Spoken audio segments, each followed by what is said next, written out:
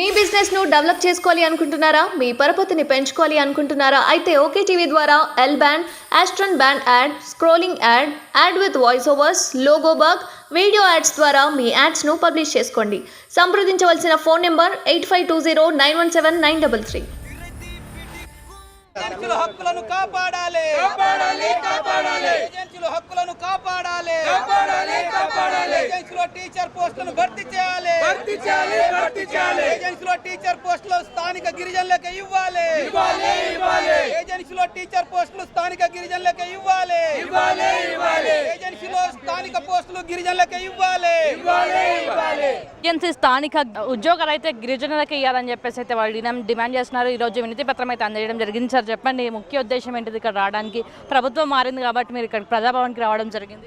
కాంగ్రెస్ ప్రభుత్వం మారాలని చెప్పేసి గిరిజనులు అత్యధికంగా కోరుకున్నారు. ఎందుకని మారాలనుకున్న అంటే గతంలో ఉన్నటువంటి ఏజెన్సీలో ఉన్నటువంటి గిరిజనులకి స్థానిక ఉద్యోగాలు పూర్తిగా గిరిజనులకి ఇచ్చే జీవో ఉన్నది 3. అటువంటి జీవోను టీఆర్ఎస్ ప్రభుత్వంలో బీజేపీ హయాంలో రద్దు చేశారు. కాబట్టి 275 ఆర్టికల్ 1 ప్రకారం స్థానిక గిరిజనులకే ఉద్యోగాలు ఇవ్వాలని చట్టం చెప్తుంది, రూల్స్ చెప్తున్నాయి. కానీ ఈరోజు స్థానిక గిరిజనులకు ఉద్యోగాలు ఇవ్వకుండా జనరల్ ఉద్యోగాలు ఇచ్చేటట్టుగా ప్లాన్ చేశారు. అది వెంటనే వెనక్కి తీసుకోవాలని చెప్పేసి మేము డిమాండ్ చేస్తూ ఉన్నాం. అదే కాదు, ఏజెన్సీ ప్రాంతంలో ప్రత్యేకంగా బ్యాక్లాగ్ పోస్టులను భర్తీ చేయాలి. అన్ని సంస్థల్లో ఉన్నటువంటి స్థానిక ఉద్యోగాలు గిరిజనులకు ఇవ్వాలని చెప్పేసి మేము కోరుతా ఉన్నాం. అందుకోసం ఇప్పటికీ అనేక దఫాలుగా ఆందోళన పోరాటాలు చేస్తున్నా పట్టి పట్టనట్టుగా ఈ ప్రభుత్వం ఉంది. కాబట్టి కనీసం ఇప్పుడు కాంగ్రెస్ గవర్నమెంట్ వచ్చినటువంటి ముఖ్యమంత్రి రేవంత్ రెడ్డి గారు ఆ జిల్లా వాసే, మహబూబ్నగర్ జిల్లా వాసే, ఏజెన్సీ ప్రాంత వాసే. కాబట్టి ఏజెన్సీ హక్కులను కాపాడాలని చెప్పేసి మేము డిమాండ్ చేస్తూ ఈరోజు మెమోరాండం ఇచ్చాం.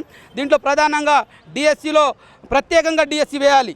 గిరిజనులకే గతంలో 1990లో గిరిజన నిరుద్యోగులకి 10వ తరగతి పాస్ అయితే అందరికీ టీచర్ పోస్టులు ఇచ్చి తర్వాత డిఎస్సి టీటీసీ కోచింగ్ ఇచ్చి ఆ రకంగా ఉద్యోగాలు ఇచ్చినటువంటి హక్కులు ఉన్నాయి. అటువంటి హక్కులను ఈరోజు కాలరాసే ప్రయత్నం ఈరోజు కొంతమంది చేస్తూ ఉన్నారు. కాబట్టి ఏజెన్సీలో ఉన్నటువంటి హక్కులన్నీ 5వ షెడ్యూల్లో ఉన్నటువంటి హక్కులన్నీ గిరిజనులకు అన్ని రకాలుగా ఆదుకునేటట్టుగా ఈ ప్రభుత్వం చర్యలు తీసుకోవాలని చెప్పేసి ఇంత దూరం వచ్చాం. మరి ప్రభుత్వం మారింది కదా, గత ప్రభుత్వం ఉండే, ఈ ప్రభుత్వం మారిన తర్వాత మీకు న్యాయం జరుగుతుంది అనుకుంటున్నారా? మీరు చేస్తున్నారు, వస్తున్నారు, అంత దూరం నుంచి వచ్చినారు కాబట్టి మీరు వినతి పత్రం కూడా ఇవ్వడం జరిగింది. న్యాయం జరుగుతుంది అనుకుంటున్నారా? మేమైతే ఇప్పుడు ప్రభుత్వం కొత్తగా వచ్చింది, ఖచ్చితంగా మాకు న్యాయం చేస్తారని చెప్పేసి ఆలోచనతో ఉన్నాం. గతంలో 10 సంవత్సరాలు నష్టపోయినటువంటి గిరిజనులు ఏజెన్సీ ప్రాంతంలో ఉంది. ఉద్యోగాలనే కాదు, భూముల్లో, ఇతర సంక్షేమ ఫలాల్లో అనేక రంగాల్లో నష్టపోయినటువంటి వాళ్ళం ఏజెన్సీ ప్రాంతంలో. ధరణి పోర్టల్ ద్వారా నష్టపోయినటువంటి వాళ్ళు ఉన్నారు. కాబట్టి ఇట్లాంటివి అనేక సమస్యలు పరిష్కారం అవుతాయని చెప్పేసి ఉద్దేశంతోనే ఈరోజు వినతి పత్రం ఇవ్వడం జరిగింది. ప్రధానంగా ఏజెన్సీ ప్రాంతంలో ఉన్నటువంటి అన్ని రకాల ఉద్యోగాలు స్థానిక గిరిజనులకు ఇవ్వాలని చెప్పేసి 5వ షెడ్యూల్ చట్టం చెప్తుంది. ఆ చట్టాన్ని అమలు చేయాలని చెప్పేసి మేము కోరుతా ఉన్నాం. మొన్న పడ్డటువంటి టీచర్ పోస్టులలో ప్రత్యేకంగా డిఎస్సి గిరిజనులకే ప్రత్యేకంగా డిఎస్సి వేసి వాళ్ళకు ప్రత్యేకంగా పోస్టులు భర్తీ చేయాలని చెప్పేసి మేము డిమాండ్ చేస్తూ ఉన్నాం. మాది రాజేంద్ర నగర్, లక్ష్మి కూడా మాది రోడ్లో ఇండ్లు పోయినాయి. వైఎస్ రాజశేఖర్ రెడ్డి ఉన్నప్పుడే పోయినాయి. అప్పుడు మా ఇండ్లు పోయినా పట్ట పొలం, మాది పట్ట పొలం. అంత తెలియదు మేడం. అయితే ఇంకా ఆయన అడిగి చనిపోయింది, మా ఇంట్లో పోయినాకనే చనిపోయింది ఆయన.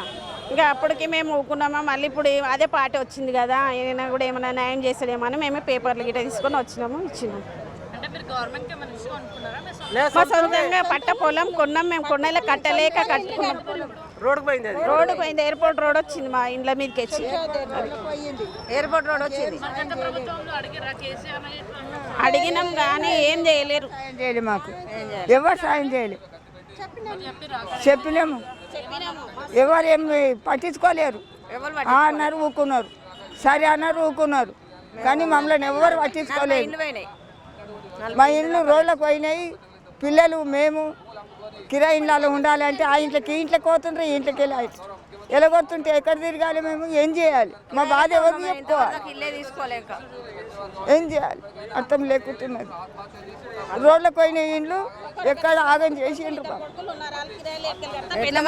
కడతారు ఇప్పుడు కిరాయిలు 5,000 6,000 కిరాయిలు నడుస్తున్నాయి ఒక రూమ్కి. ఎక్కడికి వెళ్ళి కడతారు గరీబ్ వాళ్ళు? అది మా బాధ. డబల్ బెడ్రూమ్కి పెట్టినా ఒకరికి వచ్చింది ఒకరికి రాలేదు. ఇప్పుడు మరి మా పరిస్థితి ఏంది?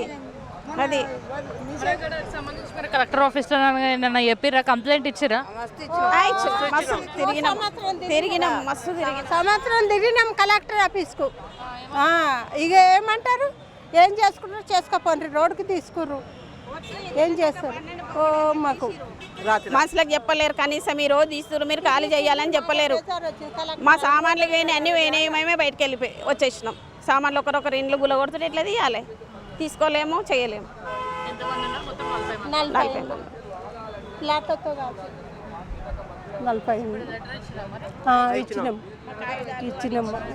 మారింది కదా, రాజశేఖర్ ఉన్నప్పుడు వచ్చింది అనేసి అంటున్నారు. మరి ఇప్పుడు వస్తుంది అనుకుంటున్నారా?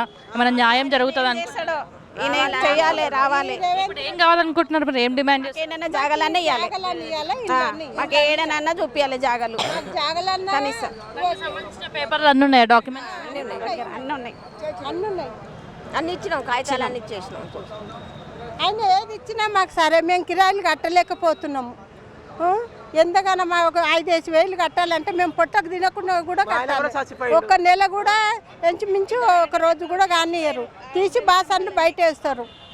మేము తినక కడుపు కట్టుకొని ఇల్లు కిరాయి కట్టేవాల్సి వస్తుంది. మేము 10 గజాల జాగా కొనలేము, 10 గజాలు కూడా కొనలేము, అట్లా పరిస్థితి ఉంది అక్కడ. మాకు ఏదన్నా అది మా బాధ. 150 గజాలు అంటే ఏం మామూలు మాటనా? ఎంత మాకు అప్పుడే చచ్చిపోదామన్నంత అదైంది మాకు. మనుషులం కాలేము 1 సంవత్సరాలు. ఏం చేయాలి? మాకేం న్యాయం జరుగుతలేదు. ఇప్పుడన్నా ఈ అన్న న్యాయం చేయాలి అని కోరినాం అంతే. మాకు సాయం చేయాలి. బాధలు ఉన్న వాళ్ళు వచ్చి మాట్లాడుకొని వచ్చి పొద్దుగాల 9 గంటలకు